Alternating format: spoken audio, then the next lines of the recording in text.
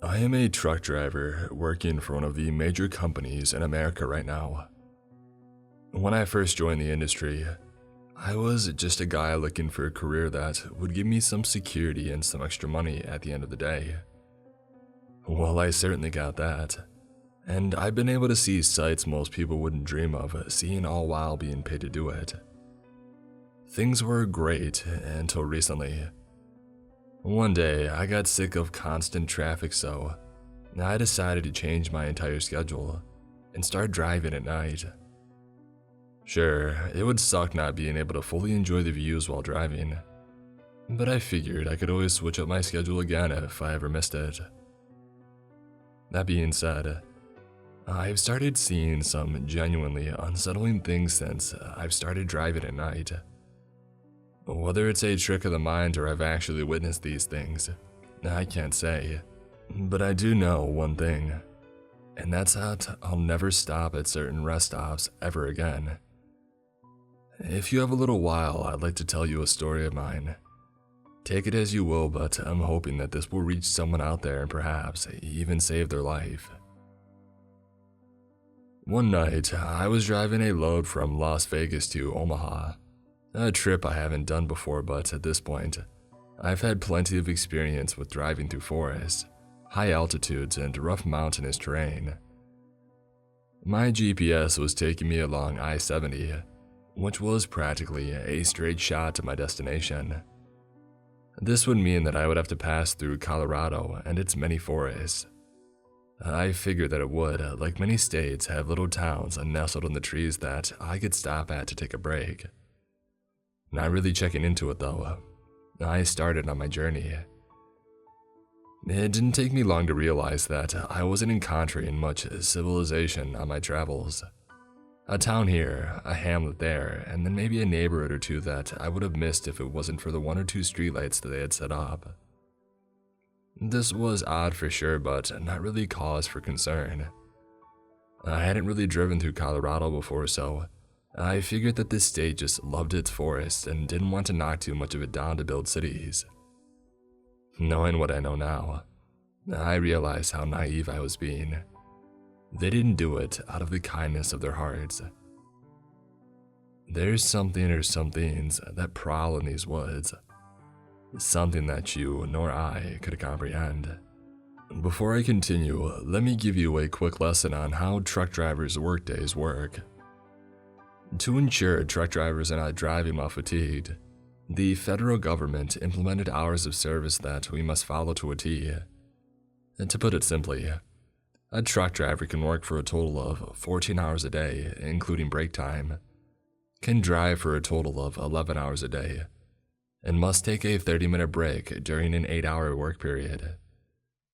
Before going out in our trucks, my company gives us tablets to track our hours, so we can't cheat and work more than we're supposed to. Well, I was coming up on my required 30-minute break, and I was cursing myself for not planning out where I was going to stop first. There was nothing but trees around me. No vehicles, no wildlife on the side of the road.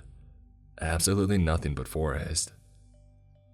Rolling my eyes, I started to imagine the butt chewing I was going to get from my manager about trip planning and staying within regulation. But as if the universe was throwing me a bone, I saw a sign saying rest area 2 miles ahead. I thanked my lucky stars and prepared to turn into my home for the next 30 minutes. As I crest over the hill, my headlights illuminate another sign that reads rest area, with a big arrow pointing to the off-ramp leading to it. I flip my blinker on and head up the ramp. What I find when I get to the truck parking was extremely off-putting. I see one other truck parked with its lights off, no smaller vehicles in the lot, and no service buildings anywhere. I pull behind the parked truck, set my parking brake, and mark myself as on brake on the tablet. Unbuckling myself, I reach back to my mini fridge and pull out a water to sip on while I wait. And beginning to drink it, I grab my phone to play some videos on YouTube, but notice that I have no signal where I am. Of course, I park in the only place off the interstate with no service, I groan out loud. Leaving me with nothing else, I just sit in my seat, observing my surroundings. Now, the human brain is a fascinating thing that no one truly 100% understands. On a moment's notice, people can start hallucinating or even hearing noises that aren't there.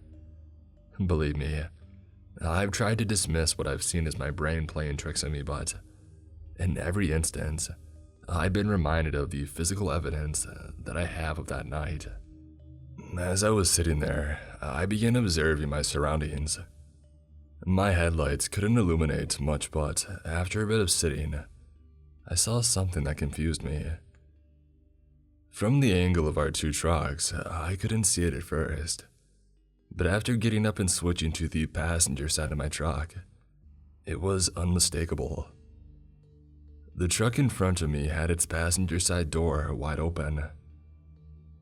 My heart racing, I started thinking of the many scenarios that would make sense of this. Was the driver out to go to the bathroom? No, I couldn't see any movement anywhere around their truck or mine. Were they cleaning out their cab? No. There wasn't a single light coming from inside the truck. Not even the automatic lights that came on when opening a door. This could only mean that the driver had not had the chance to close the door in a while. What could have happened to the driver? Are they hurt? Do they need help?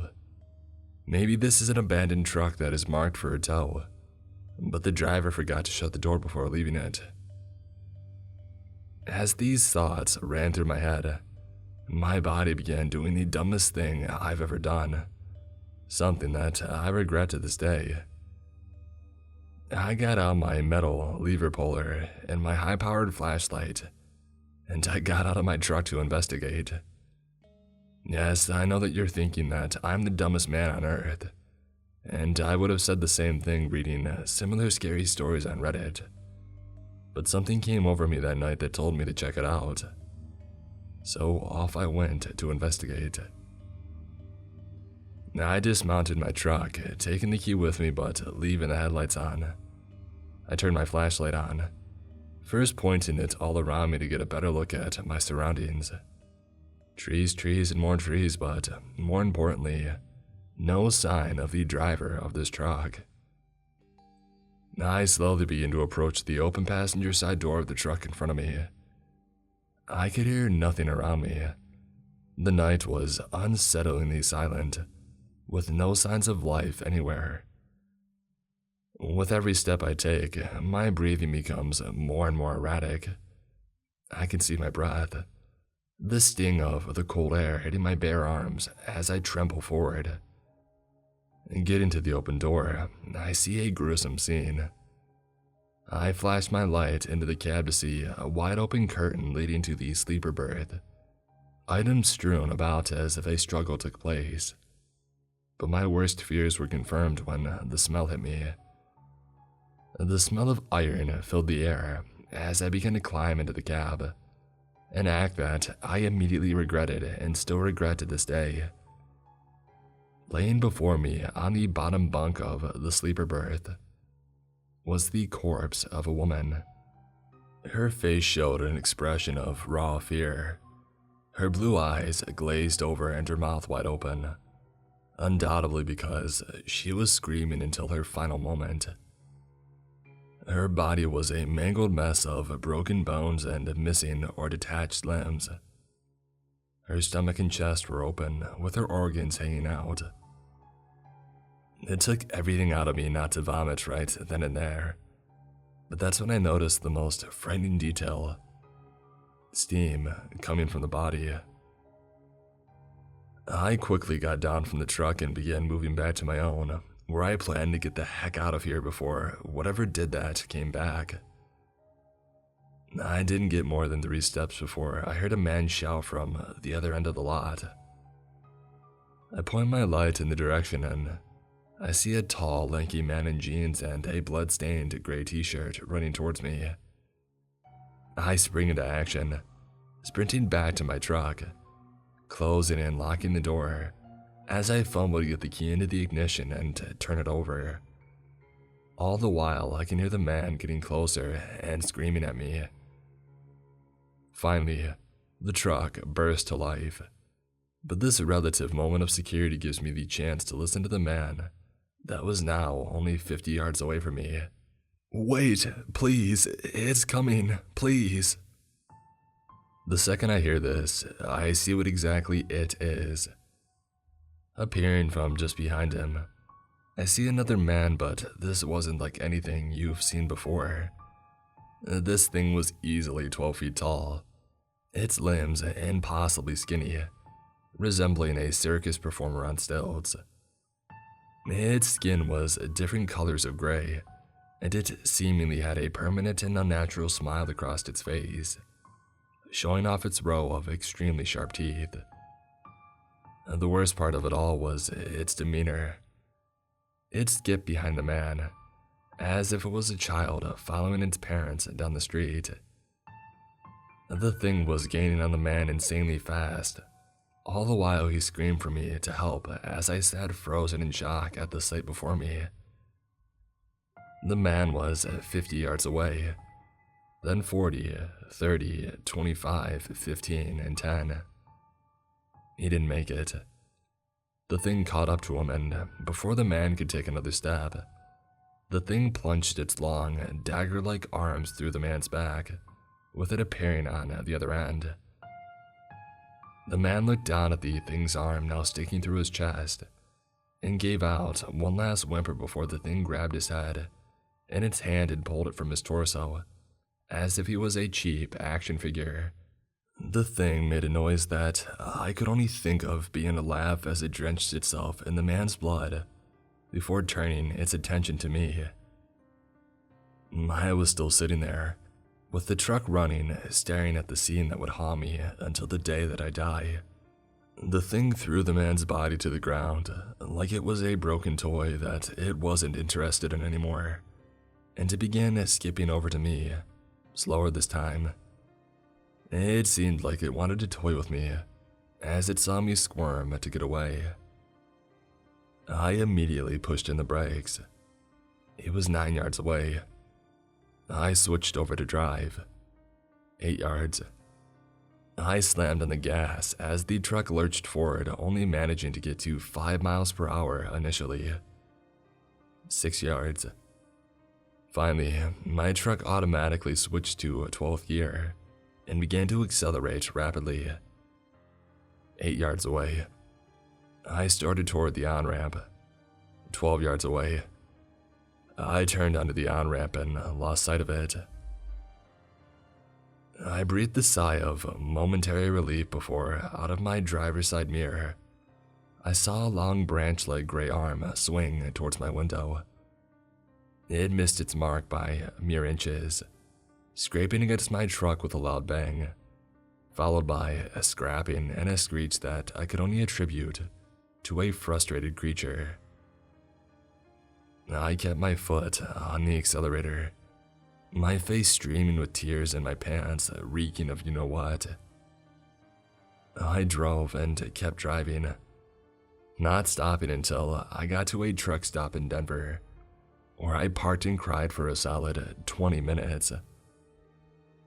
I wandered into the shop and cried for help, but the workers didn't believe my story.